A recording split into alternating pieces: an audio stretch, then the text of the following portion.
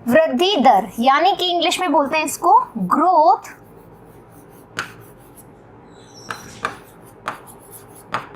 Rate. ठीक है, growth rate. अब देखो ग्रोथ रेट क्या होती है। ग्रोथ रेट का मतलब होता है एक निश्चित समय में, एक समय के साथ निश्चित समय में कोई कितना वृद्धि कर लेता है। ठीक है, यानी कि मान लो कि मैं बोल रही हूं कि ये है एक निश्चित समय के बाद, एक निश्चित समय के बाद अब इसकी वृद्धि यहाँ पे रुक गई है, इसकी अधिकतम वृद्धि है, ये अधिकतम वृद्धि है इसकी, है ना। तो ये जो कहलाएगी वो कहलाएगी इसकी ग्रोथ रेट। क्या कहलाएगी?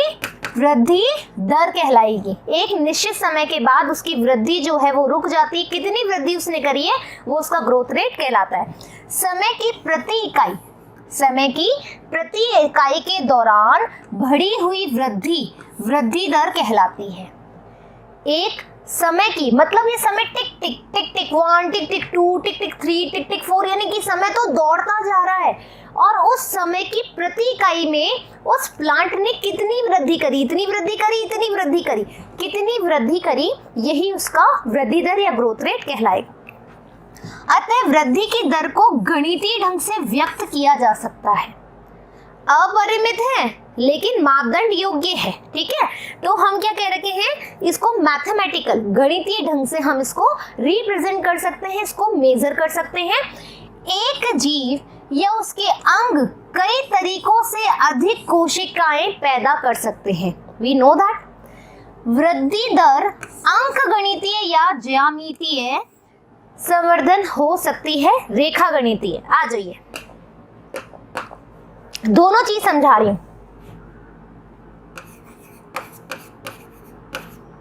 वृद्धि दर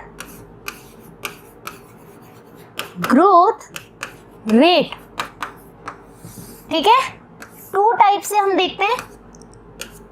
ठीक है, क्या होती है?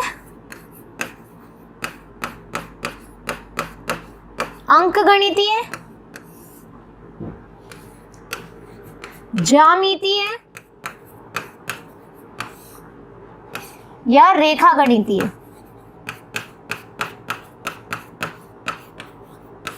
ठीक है, अंक गणितीय वृद्धि हो सकती है और रेखा क्या बोलते हैं, रेखा गणितीय और ज्यामितीय तरीके से वृद्धि दर को आइडेंटिफाई किया जा सकता है। देखो दोनों में क्या डिफरेंस है, तुम यही समझ लो। इस अंक गणितीय वृद्धि के दौरान क्या होगा, इसमें कलर, ठीक है, इसमें 2 कोशिकाएं, पहले इसी से कर लेते हैं। इसमें 2 कोशिकाएं, थोड़ा बड़ा कर लूं क्या वैसे, रुको 1 मिनट, ये लो, इसमें 2 कोशिकाएं, ठीक है, 2 कोशिकाएं। अब एक कोशिका ये रही और दूसरी कोशिका यहां नहीं बना सकती, सॉरी बेटा, यहां नहीं बना सकती। अब ये कोशिका तो ऐसी रहने वाली है, ठीक है, और जो दूसरी कोशिका है वो मैं इससे रिप्रेजेंट करती हूं।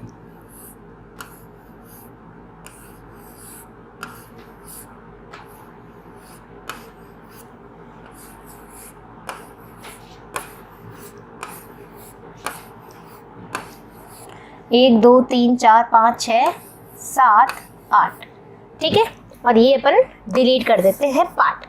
अरे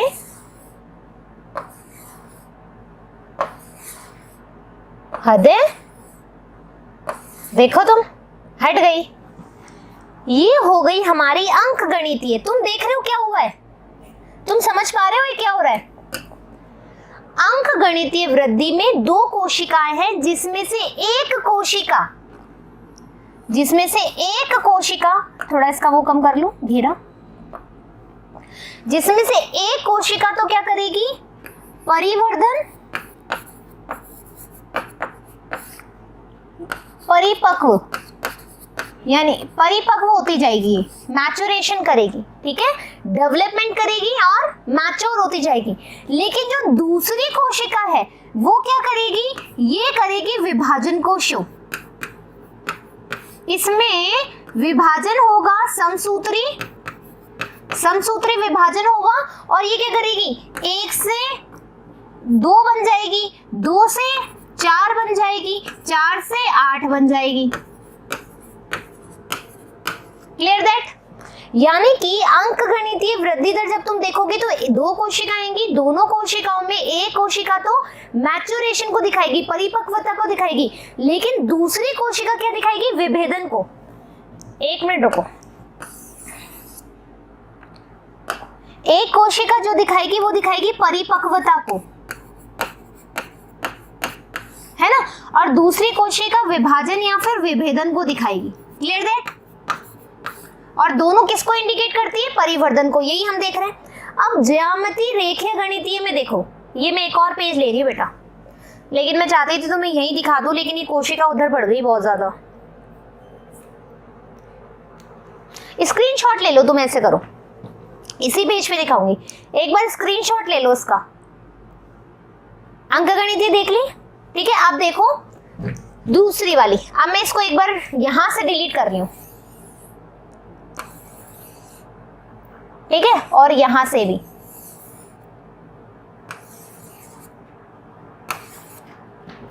अब देखो कलर भी चेंज कर लूं। ज्यामिति में क्या होगा, 2 कोशिकाएं हैं,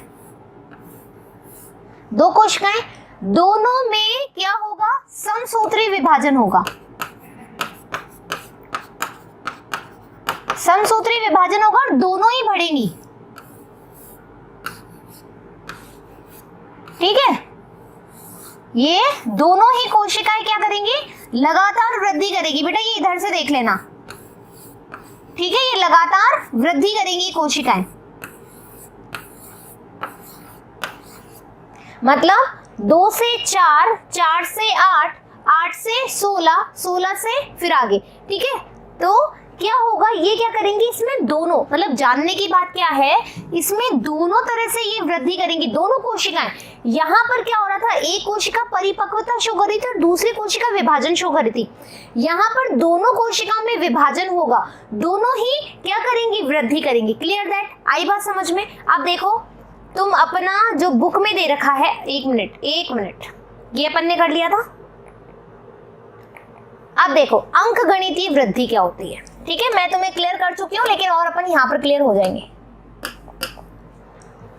अंकगणितीय वृद्धि में समसूत्री विभाजन के बाद, देखो समसूत्री विभाजन तो हो गई, उसमें केवल एक पुत्री कोशिका लगातार विभाजित करेगी। कौन सी वाली,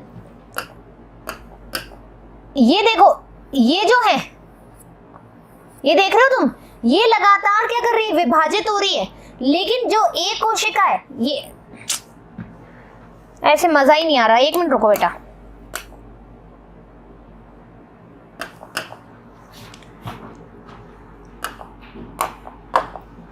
यहां देखो, वापस से अलग से देखो, अंकगणितीय वृद्धि देखोगे तो इसमें क्या होगा, ये 2 कोशिकाएं, इसमें हुआ है समसूत्री विभाजन।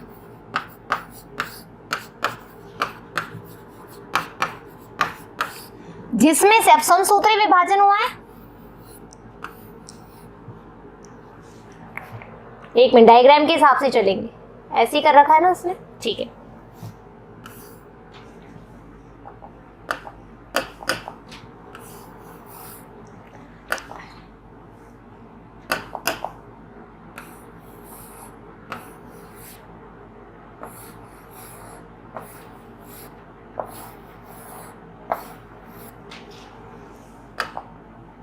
एक बार डायग्राम बना लो, then I will tell you.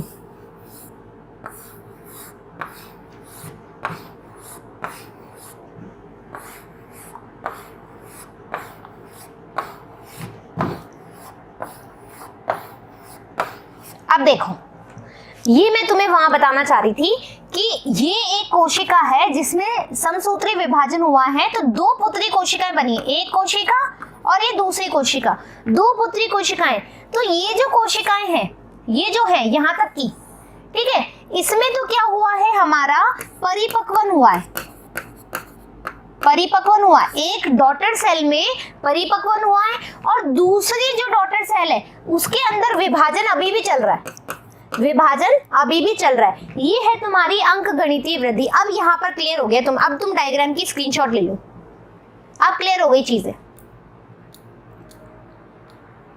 ठीक है। अब देखो तुम अपनी बुक क्या बोल रही है, अंकगणितीय वृद्धि में समसूत्री विभाजन के बाद, हमने भी ये बोला है, अंकगणितीय वृद्धि में समसूत्री विभाजन के बाद में क्या हुआ, एक पुत्री कोशिका लगातार विभाजित हो रही है, एक पुत्री कोशिका लगातार विभाजित हो रही है, जबकि दूसरी विभेदित व परिपक्वित होती जा रही है। दूसरी क्या होती जा रही है, विभेदित भी होती जा रही है, क्लीवेज भी हो रहा है और साथ में क्या हो रही है, मैचुरेशन भी हो रही है, परिपक्व भी होती जा रही है। ये कौन सी वृद्धि कहलाएगी, अंकगणितीय वृद्धि कहलाएगी। अंकगणितीय वृद्धि एक सरलतम अभिव्यक्ति है जिसे हम निश्चित दर पर ही दीर्घीकृत होते हुए मूल में दे सकते हैं। एग्जाम्पल देखो उसका,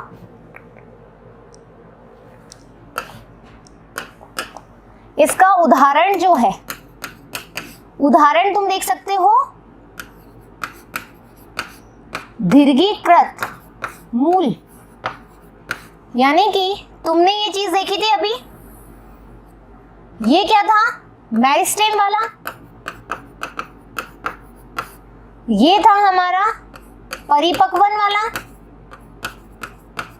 और ये जो पार्ट है ये है हमारा दीर्घीकृत वाला, ठीक है, दीर्घीकरण वाला। तो ये वाला जब क्षेत्र लोगे बेटा, जब तुम मूल का, किसी जड़ का तुम ये वाला क्षेत्र लोगे ना, तो यहाँ पर जो वृद्धि होगी वो कौन सी वृद्धि होगी, अंकगणितीय वृद्धि को तुम आराम से यहाँ पर ड्रॉ कर सकते हो, देख सकते हो। उदाहरण समझ में आ गया। अंकगणितीय वृद्धि में समसूत्री विभाजन कोशिकाओं के बाद में दो पुत्री कोशिकाएं बनेगी, एक पुत्री कोशिकाओं में परिपक्वन होगा, विभेदन होगा, और एक कोशिका में कंटिन्यूअसली विभाजन होगा। ये तुम कहाँ देख सकते हो, ये देख सकते हो तुम दीर्घीकृत मूल में, यानी कि कोई मूल जो है वो इलोंगेटेड हो रही है, दीर्घीकृत हो रही है, उस दौरान तुम ये चीज देख सकते हो। Clear that, clear that. अब देखो इस रेखीय आलेख के आधार पे, ये जो तुम डायग्राम देख रहे हो, यहाँ पे ये ग्राफ देख रहे हो, इस ग्राफ के आधार पर क्या बोल रहा है, अंग की लंबाई समय के विरुद्ध अलिखित की गई है। यहाँ पर टाइम चल रहा है और टाइम के विरुद्ध, मतलब यहाँ पर ये होती, ऐसे होती, ये होती है टाइम के साथ साथ, ये जो वृद्धि हो रही है ये हो रही है टाइम के साथ साथ। यहाँ पर तुम देख रहे हो जो ग्राफ बन रहा है वो इस तरीके से बन रहा है, ठीक है, यानी कि पादपों की ऊंचाई। Clear that. तो यहाँ पर जब तुम अंकगणितीय वृद्धि को रिप्रेजेंट करोगे तो तुम्हें ऐसा ग्राफ दिखाई देगा जहां पर क्या हो रही है, अंग की लंबाई समय के विरुद्ध अलिखित की गई है, जिसके फलस्वरूप रेखीय वक्र पाया गया। और हम इसको किस गणितीय रूप में, क्योंकि अंक गणितीय है तो तुम्हें फॉर्मूला याद होना चाहिए। फॉर्मूला है LT equals to L0 plus RT। T यानी कि समय के साथ लंबाई, T यानी कि टाइम है, L यानी लेंथ है, इसलिए हम इसको बोलते हैं लंबाई को तुमने इंग्लिश में लेंथ बोला है ना, और इसीलिए तुमने L लिया है। समय को तुमने टाइम बोला है इसलिए तुमने T लिया है, और T अपन इसको ऐसे भी लिख सकते हो, T अपन को ऐसे भी लिख सकते हैं। फिर तुम बोल रहे हो L0 जहां पर लंबाई 0 है, L0 यहाँ पर लंबाई 0 है।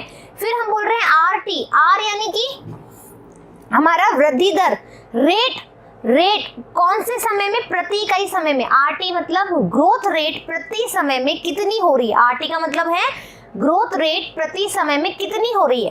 तो LT मतलब टाइम T के समय लंबाई, ये जो टाइम है उस समय लंबाई कितनी है, टाइम 0 के समय लंबाई कितनी है, यहां पर टाइम जब 0 है। इसकी थोड़ी ब्रेथ कम करने दो।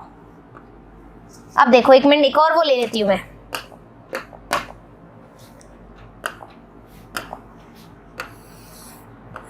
ये है हमारा ग्राफ, ठीक है, यहां पर बोल रहा है हमारे पास समय,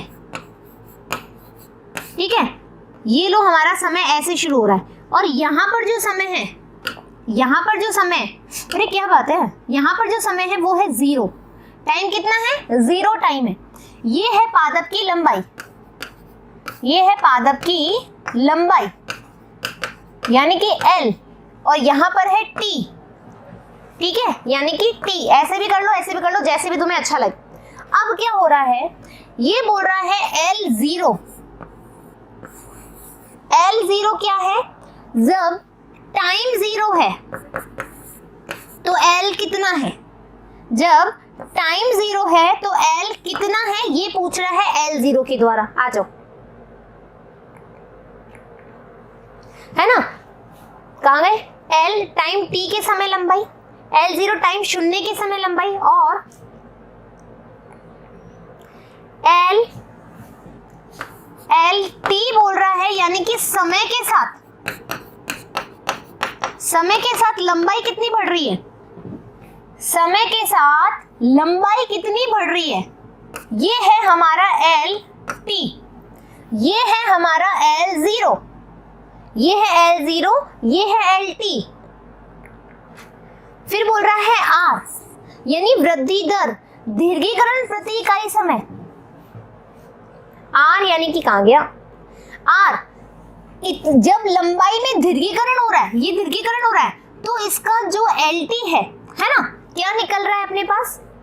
हमारा फॉर्मूला क्या? LT बराबर L0 प्लस RT, यानी कि जो L0 को जोड़ोगे plus particular rate of time कितना है, इस इलोंगेशन के समय पे कितनी लंबाई में उसने वृद्धि करी है। 1 सेंटीमीटर बढ़ा है, 2 सेंटीमीटर बढ़ा है, 3 सेंटीमीटर। जैसे कि मान लो L0 है हमारे पास, भैया यहाँ पर जो लंबाई थी वो हमारी 0 थी, ठीक है।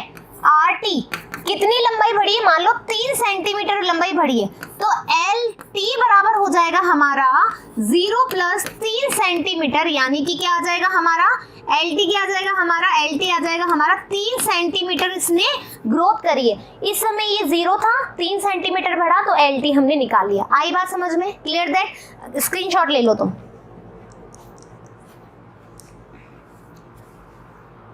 आ गई बात समझ में? नेक्स्ट देखो, ज्यामितीय वृद्धि। ज्यामितीय वृद्धि क्या हो रही है? मैंने तुम्हें बताया ज्यामितीय वृद्धि के अंदर एक कोशिका में समसूत्री विभाजन के बाद दोनों ही कोशिकाएं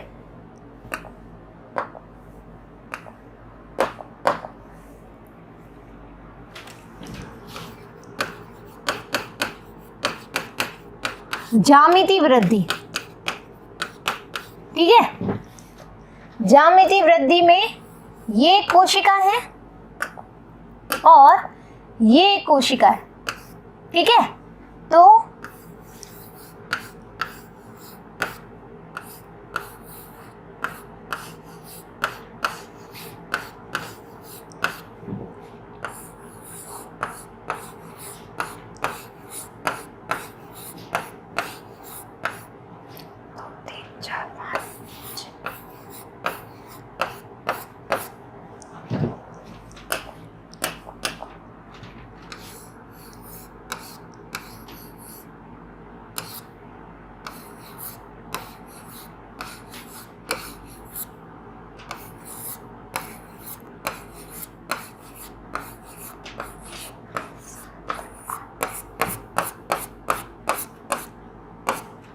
अब देखो, ये है तुम्हारी ज्यामितीय वृद्धि, यानी कि एक कोशिका हुआ, इसके बीच में हुआ समसूत्री विभाजन, समसूत्री विभाजन हुआ। अब तुम देखोगे समसूत्री विभाजन जब हुआ तो भैया ये एक कोशिका ये भी बढ़ रही है, वो भी बढ़ रही है, ये भी बढ़ रही है, वो भी बढ़ रही है, ये यानी कि दोनों ही कोशिकाओं में कंटिन्यूअसली विभाजन हो रहा है, दोनों ही कोशिकाओं में कंटिन्यूअसली विभाजन हो रहा है। जबकि अंकगणित में तुमने क्या देखा था, एक कोशिका तो क्या हो रही थी, परिपक्वता को दिखा रही थी, दूसरी कोशिका में विभाजन हो रहा था। लेकिन ज्यामितीय रेखा गणितीय में क्या हो रहा है, दोनों ही कोशिकाओं में विभाजन हो रहा है। Clear that? ज्यामितीय वृद्धि, हालांकि अधिकतर प्रणालियों में प्रारंभिक वृद्धि लैग फेज धीमी होती है। मैं तुम्हें अभी है ना ये हो जाए इसके बाद एक और स्लाइड लूंगी जिसमें मैं तुम्हें बताऊंगी ये सिग्मोइड ग्राफ एक्चुअल में चलता कैसे, ठीक है। लैग फेज क्या होती है, लॉग फेज क्या होती है, एक्सपोनेंशियल फेज क्या होती है, स्टेशनरी फेज क्या होती है, मैं अभी सब सिखाऊंगी। और ये इसके बाद में तीव्र गति से चरघातांकी दर में बढ़ती है। पहले ये समझाना पड़ेगा तुम्हें, ये आ जाओ।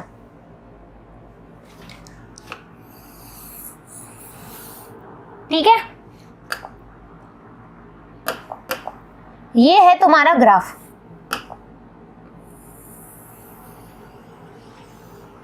इस तरीके से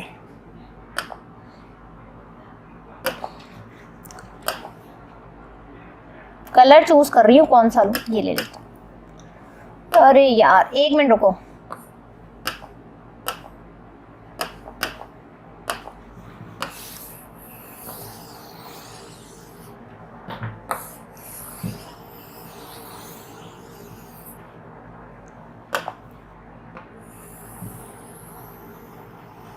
ऐसे ही देखो तुम, नहीं तो तुम कंफ्यूज हो जाओगे। अब देखो तुम बच्चे, देखो कोई भी चीज होती है उसका इनिशियल टाइम होता है, कोई भी चीज होती है इनिशियल टाइम होता है। जैसे कि अब ये पादप के बारे में बताया गया कि एक प्लांट की जो कोशिका है वो कैसे वृद्धि कर रही है। तो ये जो होता है ये वाला जो फेज होता है यहाँ तक का, है ना, ये जो फेज है यहाँ से लेकर यहाँ तक का, मैं कलर कर दूं इसको, ये लो,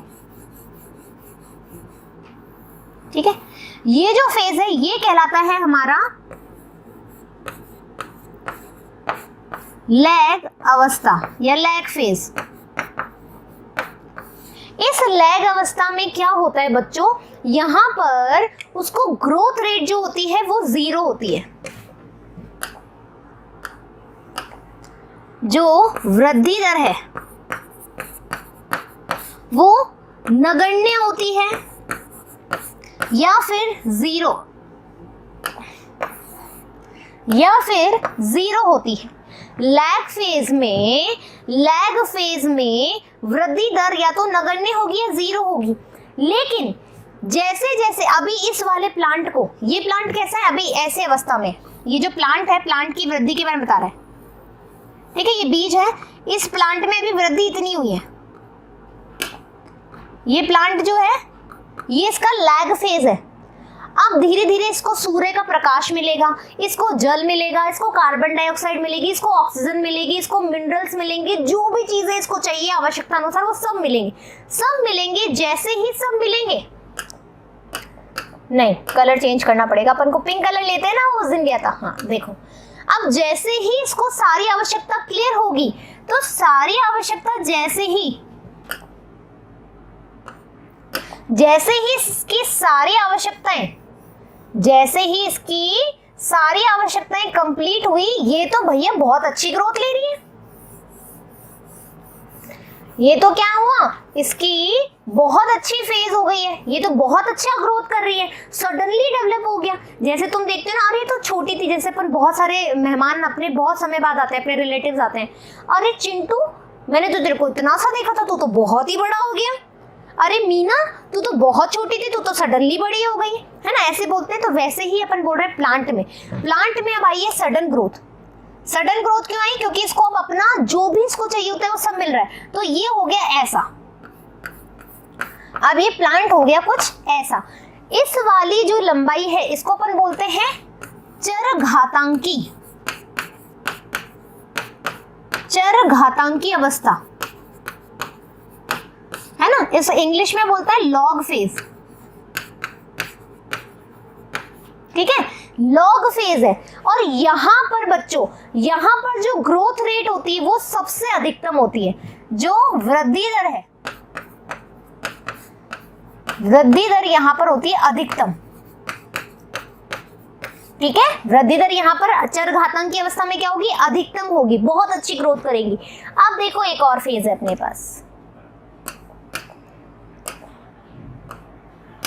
पास एक और फेज है, ये होती है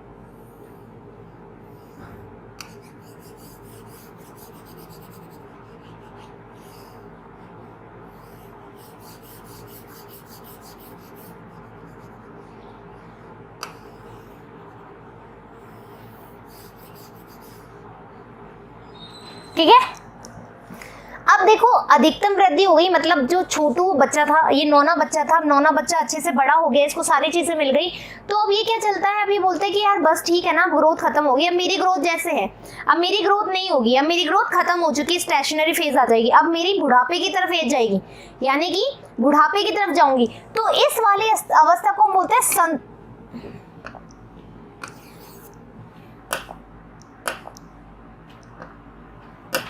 इसको हम बोलते हैं या तो संतृप्त अवस्था या फिर बोलते हैं स्थायी अवस्था। ठीक है, स्थायी अवस्था। अब यहाँ पर इसको जो भी ग्रोथ करनी थी कर चुके हैं, वो खत्म हो गया। अब ये जो वृक्ष है, जो पादप है, अब ये बोलते हैं कि अब मैं ना तो विभाजन करूंगा ना मैं कोई वृद्धि करूंगा, अब खत्म है। अब क्या होगा, इसको वो आवश्यकता वाली चीजें भी नहीं मिल रही। अब आवश्यकता वाली चीजें नहीं मिल रही ना बच्चों, तो क्या होगा, तो अब ये देखो, एक मिनट, एक चीज और बता दो तुम्हें, नहीं तो फिर तुम्हारे लिए गड़बड़ हो जाएगी ना। अब ये देखो ऐसे आकार का बन रहा है ना, ऐसे, यानी कि हम बोल सकते हैं एस आकार का, एस आकार का बोल रहे हैं। इसको हम इसलिए बोलते हैं सिग्मोइड, सिग्मोइड ग्राफ। ठीक है, सिग्मोइड ग्राफ बोलते हैं क्योंकि ये ऐसा आकार का हो गया। लेकिन क्या होता है बच्चों, जब स्थायी अवस्था हो जाती है, इसको आगे जाके ग्रोथ नहीं होती है, तो ये कहाँ की तरफ जाता है, ये मैं आगे की चीज बता रही हूँ जो तुम्हारी किताब में नहीं बता रखी है। ठीक है, इसको भी समझना चाहिए तुम्हें। तो ये क्या करता है, ग्रोथ ऐसे करता है।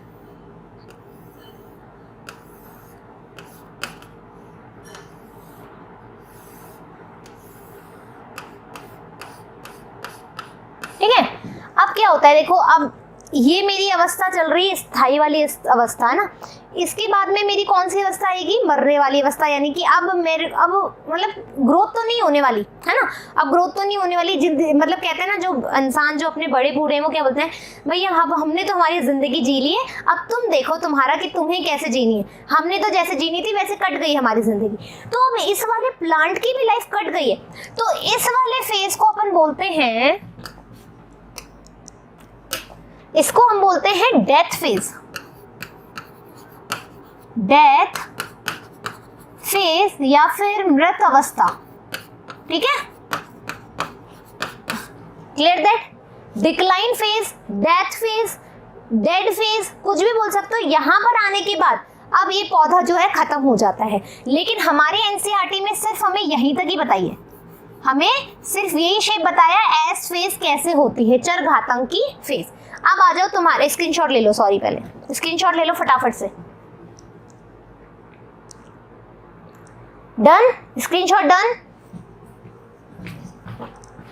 अब देखो तुम्हारी कॉपी में क्या बोल रखा है,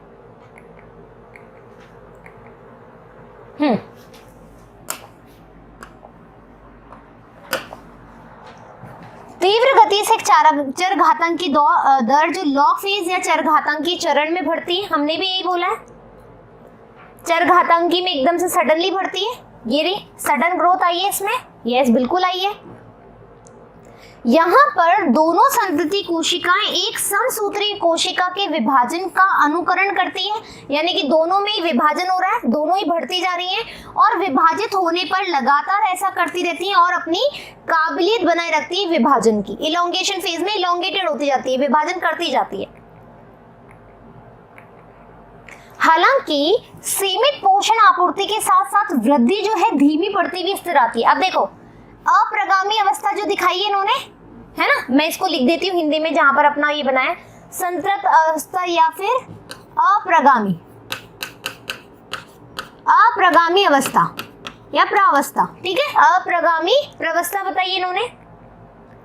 अप्रगामी प्रावस्था में क्या हुआ, ये वृद्धि दर के मापदंड को नियोजित करते हैं, मतलब ये स्थिर हो जाती है। अब स्थिर चरण आ गया, मैंने बताया ना स्थिर चरण, देखो स्थिर चरण नहीं बताया, कहाँ गया, एक मिनट, स्थिर स्थायी चरण, ये अपना स्थिर चरण एक ही बात है। यदि हम समय के प्रति वृद्धि के मापदंड को नियोजित करते हैं तो हमें एक सिग्मोइड एस वक्र मिलता है। अंकगणितीय में हमें रेखिक वक्र मिल रहा था, ज्यामिति वाले चरण में हमें सिग्मोइड कर्व मिल रहा है। नीट के लिए क्वेश्चन है इसलिए ध्यान रखना, एस वक्र में सभी जीवित प्राणियों की विशेषता है जो स्वाभाविक पर्यावरण में बढ़ रहे होते हैं। मतलब ये सभी के लिए है, चाहे वो इंसेक्ट ही क्यों ना हो, जो एक छोटा सा सूक्ष्म जीव ही क्यों ना हो, उन सब में इस तरह की ग्रोथ देखी जाती है। ये सभी कोशिकाओं, उत्तकों एवं एक पौधे के विशेष अंगों के लिए आदर्श ग्राफ है। Clear that? चरघातांक की वृद्धि को किस तरीके से प्रकट किया जाता है? इसको प्रकट किया जाता है W1 WERT, जहां पर W1 क्या है? अंतिम आकार, जिसमें भार क्या है? ऊंचाई भी हो सकती है, संख्या भी हो सकती है। अंतिम चरण क्या है? W0 क्या है? प्रथम आकार प्रारंभिक समय से, वही जैसे अपन ने L0 देखा था, सबसे पहले समय पे क्या था? R यानी कि वृद्धि दर, T यानी कि T यानी कि समय में वृद्धि कितनी हो रही है, और E यानी कि स्वाभाविक लघुगणिक का आधार, मतलब जो नॉर्मल होता है उसका लघुगणिक क्या होता है। यहाँ पर R बराबर एक सापेक्ष वृद्धि दर है तथा साथ ही पौधों द्वारा नई पादप सामग्री को पैदा करने की क्षमता मापने के लिए R क्या है? सापेक्ष वृद्धि दर है, मतलब समय के साथ कितनी वृद्धि कर रहा है वो, रेट ऑफ ग्रोथ। ठीक है, और नई पादप सामग्री यानी कि कितना उसको सब कुछ मिलता जा रहा है। प्लांट की ऊंचाई बढ़ रही है, लंबाई बढ़ रही है, मोटाई बढ़ रही है, पत्तियां निकल रही है, फूल आ रहा है, पुष्प आ रहा है, वो सब कुछ इस एक दक्षता सूचकांक के रूप में संदर्भित किया जाता है। Clear that? R बार समझ में आ गया। अतः W1 का अंतिम आकार और W0 को प्रारंभिक आकार में, यानी कि देखो मान लो ये कोशिका है, इसका आकार ये क्या है? W0, इसका आकार बढ़ रहा है और ये आकार में हो गई ये, अब ये इसका अंतिम आकार है तो ये हो जाएगी W1। कितने समय में ये आकार बढ़ा? ये हो जाएगा हमारा R। Clear that? जीवित प्रणाली की वृद्धि के बीच मात्रात्मक तुलना दो तरीकों से की जा सकती है। एक है मापन और प्रति यूनिट टाइम कुल वृद्धि की तुलना। मतलब हम कैसे कर सकते हैं? मापन है प्रति यूनिट टाइम, जो माप है ये प्रति यूनिट कितना बढ़ा है उसके आधार में, और कुल वृद्धि कितनी है उसकी तुलना क्या कहलाती है? प्रथम वृद्धि दर कहलाती है। क्या कहलाती है? परम वृद्धि दर। मतलब कितनी वृद्धि टोटल समय में उसकी हुई, पहले कितनी थी, बाद में कितनी बढ़ी, ये टोटल वृद्धि कितनी आई, वो सबकी तुलना हमारी क्या कहलाती है? परम वृद्धि दर। नेक्स्ट, दी गई प्रणाली की प्रति यूनिट समय पर वृद्धि का सामान्य आधार प्रकट करना। उदाहरण के लिए तुम यहाँ पर देख सकते हो। ठीक है, पहले देखो पौधे का आकार क्या था? 5 वर्ग सेंटीमीटर था। इस पत्ती का आकार क्या था? 5 वर्ग सेंटीमीटर। फिर बाद में कितनी हो गई है? 50 वर्ग सेंटीमीटर। यानी दोनों की तुलना करोगे तो तुम्हारे पास परम वृद्धि दर आ जाएगी। दी गई प्रणाली प्रति यूनिट समय पर वृद्धि का सामान्य आधार पर प्रकट करना। उदाहरण से प्रति यूनिट प्रारंभिक मापदंड व पैमाइश को सापेक्ष वृद्धि दर कहते हैं। जो तुमने प्रारंभिक जो लिया है, मापदंड लिया है, यानी कि 0 लिया है, 1 लिया है, 2 लिया है, जो प्रारंभिक मापदंड लिया है वो क्या है? तुम्हारी सापेक्षिक वृद्धि दर होती है। क्लियर? दोनों में बातें समझ में आ गई। यहाँ पर दो पत्तियां ए व ब विभिन्न आकारों में दिखाई गई है, लेकिन एक दिए गए समय उनके संपूर्ण क्षेत्रफल में वृद्धि के समान है। एक जो है वो संपूर्ण समय के साथ वृद्धि काल है, फिर भी उनमें से एक सापेक्षिक वृद्धि को से ज्यादा है। कौन सी है और क्यों है? ये इसकी हो गई सापेक्षिक वृद्धि। ये जो है इसकी सापेक्षिक वृद्धि है और ये है इसकी कौन सी? परम वृद्धि। Clear that? ये इसकी सापेक्षिक वृद्धि, ये इसकी परम वृद्धि। वृद्धि के लिए दशाएं कौन कौन सी? कौन सी दशाएं हैं जो वृद्धि को शो करती है? वृद्धि के लिए जल, ऑक्सीजन, पोषक तत्व अवश्य होने चाहिए। भाई ये कारक तो बहुत जरूरी है, वृद्धि के लिए अनिवार्य है। हम ऑलरेडी इस पे बात कर चुके हैं, अब हमें सिर्फ हमारी एनसीईआरटी पढ़नी है। पौधों की कोशिकाएं अपने आकार में बड़ी होकर वृद्धि करती है। आकार में बड़ी होती है, अभी हमने देखा है, जिसके लिए जल की आवश्यकता होती है। वाटर बहुत जरूरी होती है प्लांट के लिए, ऐसे तो प्रकाश भी बहुत जरूरी है। इसलिए एक पादप की वृद्धि और उसका परिवर्धन उसमें पानी की स्थिति या उपलब्धता से जुड़ा हुआ है। ये है तुम्हारा नीट का क्वेश्चन। नीट के लिए ये क्वेश्चन है, क्यों? क्योंकि पानी बहुत जरूरी होता है वृद्धि के लिए। वृद्धि के लिए आवश्यक एंजाइमों की क्रियाशीलता के लिए जल एक माध्यम है। मतलब जो भी एंजाइम जाएंगे ये कैसे जाएंगे? जल के द्वारा। ये जल है और इसमें ये एंजाइम है, तो जल एक माध्यम बनेगा जो एंजाइम को लेकर जाएगा और ऑक्सीजन उपापचय ऊर्जा को मुक्त करने में मदद करेगा। Clear that? H2 हमने प्रकाश संश्लेषण पढ़ लिया है बहुत अच्छे से, उसी से ये चीज जो ये बात कही है वो रिलेटेड है। समझ में आ गई? आगे देखो, पौधों द्वारा पोषकों, स्थूल एवं सूक्ष्म आवश्यक तत्व की आवश्यकता जीव द्रव्य के संश्लेषण व ऊर्जा के स्रोत के रूप में काम करने के लिए होती है। जो भी चीज एक प्लांट को मिल रही है, चाहे वो फोटो रेस्पिरेशन करे, चाहे वो रेस्पिरेशन करे, चाहे वो हमारा फोटोसिंथेसिस करे यानी कि प्रकाश संश्लेषण क्रिया करे, सबसे हमने क्या बोला था? एक ऊर्जा मुक्त होती है। इसके अतिरिक्त प्रत्येक पादप जीव के लिए इष्टतम ताप परिसर, टेम्परेचर बहुत इंपॉर्टेंट है, उसकी वृद्धि के लिए अत्यंत अनुकूल होना चाहिए। भाई ज्यादा टेम्परेचर, ज्यादा तापमान भी नहीं दे सकते, नहीं तो पौधा झुलस जाएगा। कम तापमान भी नहीं दे सकते, नहीं तो प्रकाश संश्लेषण करके अपना भोजन क्या बनाएगा। इस ताप के दायरे में किसी भी प्रकार का विलगाव उसकी उत्तरजीविता के लिए हानिकारक हो सकता है, जैसा कि मैंने अभी तुम्हें बताया। इसके साथ ही पर्यावरणीय संकेत जैसे कि प्रकाश एवं गुरुत्वाकर्षण भी वृद्धि को कुछ अवस्थाओं या चरणों में प्रभावित करता है। गुरुत्वाकर्षण यानी कि जो नीचे की तरफ खींचे। यदि मान लो केवल नीचे की तरफ ग्रोथ हो रही है और ऊपर इसको जाने ही ना दे तो भी प्रभावी होगा। प्रकाश हमें प्रॉपर ना मिले और टेम्परेचर बहुत ज्यादा हो तो भी प्रॉब्लम आएगा। वी ऑलरेडी नो दैट कि प्रकाश संश्लेषण और श्वसन क्रिया में हमने सारी चीजें देखी कि कौन से कारक प्रभावी हैं, कौन से कारक जो हैं पौधे को नष्ट कर सकते हैं। Clear that? तो इस तरीके से आज क्या हुआ, आज हमने देख लिया कि जो वृद्धि दर है एक पादप की वो दो तरीके से देखी जाती है, अंकगणितीय और एक होता है ज्यामितीय। अंकगणितीय में हम देखते हैं LT बराबर L0 प्लस RT। ठीक है, ये हमारा एक सूत्री है जिसमें रेखिक हमें ग्राफ मिल रहा है। और यदि हम ज्यामिति की बात करें तो क्या होगा, दोनों कोशिकाओं में ही हमारे कोशिका विभाजन होगा, दोनों ही समसूत्री विभाजन को फॉलो करेंगी। इसमें जो हमारा अंकगणितीय, जिसमें हम एक गणितीय तरीके से सूत्र की तरफ से देखें तो हमारा होगा W1 equals to W0 plus ERT। ठीक है, ये हमने देख लिया जिसमें हमने सारी चीजें देखी। अब फिर हमने देखा कि कौन कौन से प्रभावी कारक हैं, तो तापमान, जल और सूर्य की रोशनी और गुरुत्वाकर्षण बल जो है वो उसको प्रभावित कर सकते हैं, उसकी वृद्धि दर को।